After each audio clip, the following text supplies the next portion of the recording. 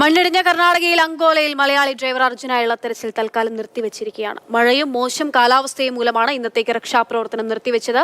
നാളെ അതിരാവിലെ വീണ്ടും രക്ഷാപ്രവർത്തനം തുടരും. ഇന്ന് 9 മണിയോടുകൂടിയാണ് ഇന്നത്തെ തെരച്ചിൽ നിർത്തിയത്.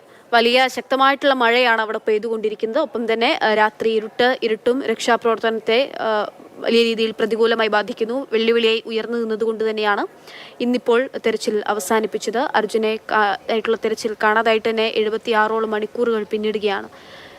അർജുനെ തിരികെ കിട്ടുമെന്നുള്ള പ്രതീക്ഷയിലാണ് കുടുംബം ഇപ്പോഴും ഉള്ളത്. അവരവിടെ തന്നെയുണ്ട്. അതേസമയം നിലവിൽ ഇവിടെ നിന്ന് എംപിമാരും മന്ത്രിയും ഒക്കെ വിഷയത്തിൽ ഇടപെടാൻ തുടങ്ങിയിട്ടുണ്ട്. അതിനുശേഷമാണ് ഊർജിതമായിട്ടുള്ളൊരു തെരച്ചിലേക്കൊക്കെ കാര്യങ്ങൾ നീങ്ങിയത്.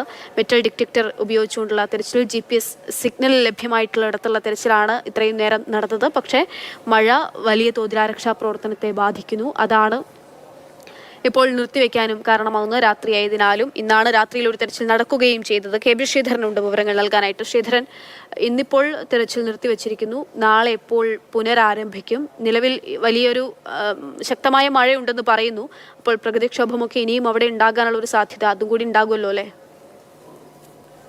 തീർച്ചയായിട്ടും നേരത്തെ മുതൽ തന്നെ SP പറഞ്ഞ ഒരു കാര്യമാണ്. രാത്രിയിലെ തിരച്ചിൽ എന്നുള്ളത് അതീവ ദുഷ്കരമാണ്. മഴ അതിശക്തമായി തുടരുന്നു. അതുകൊണ്ട് തന്നെ നേരത്തെ നമ്മുടെ ജിയോളജിസ്റ്റുകളൊക്കെ പറഞ്ഞ ഒരു കാര്യമുണ്ട്, മണ്ണിന് അധികം ഉറപ്പില്ല. അതുകൊണ്ട് അത് ഇടിയാനുള്ള സാധ്യത കൂടുതലാണ്. ഏതായാലും രാത്രിയിൽ അങ്ങനെ ഒരു സാഹചര്യം ഒഴിവാക്കുക എന്ന് തന്നെയാണ് ഇപ്പോൾ ചെയ്യേണ്ടതെന്നാണ് SP കാർവാർ പറയുന്നത്.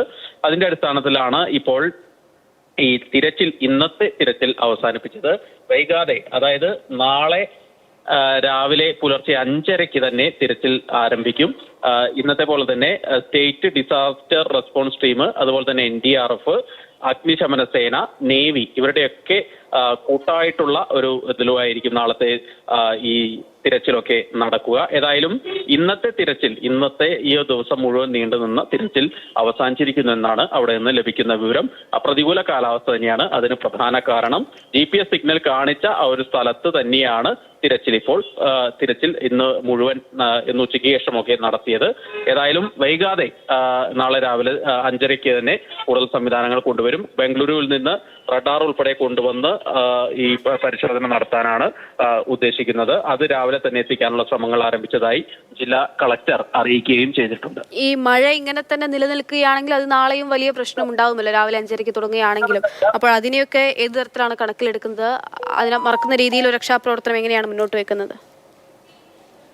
ഈ മഴ ഇങ്ങനെ ശക്തമായതിനാൽ തന്നെയാണ് ഈ രാത്രിയിൽ ഈ രക്ഷാപ്രവർത്തനം അല്ലെങ്കിൽ ഇത് നിർത്തിയത് എന്നുള്ളതാണ് പോലീസും അതുപോലെ തന്നെ ജില്ലാ കളക്ടറൊക്കെ അറിയിക്കുന്ന ഒരു പ്രധാന കാര്യം. ഏതായാലും ഇന്ന് ഇപ്പോൾ ഏതാണ്ട് 200ഓളം ആളുകൾ ചേർന്നാണ് രക്ഷാപ്രവർത്തനം നടത്തിയത്. നാളെയും കൂടുതൽ ശക്തിയോട്, കൂടുതൽ ഫോഴ്സൊക്കെ കൊണ്ടുവന്നായിരിക്കും ഈ രക്ഷാപ്രവർത്തനം പുരോഗമിക്കുക. ഏതായാലും ഇന്നത്തെ തിരച്ചിൽ അവസാനിപ്പിച്ചു. കൂടുതൽ ലൈറ്റൊക്കെ അവിടേക്ക് എത്തിച്ചിരുന്നു. പക്ഷേ ഈ മഴ, പ്രതികൂല കാലാവസ്ഥ കാരണം അത് എത്തിക്കാനായി, ആ സംവിധാനങ്ങളോട് കൂടി പ്രവർത്തിക്കാനായില്ല, രക്ഷാപ്രവർത്തനം നടത്താനായില്ല എന്നുള്ള ഒരു മറുപടിയാണ് പോലീസിന്റെയും ജില്ലാ ഭരണകൂടത്തിന്റെയും ഭാഗത്തു നിന്നൊക്കെ ഇപ്പോൾ ലഭിക്കുന്നത്.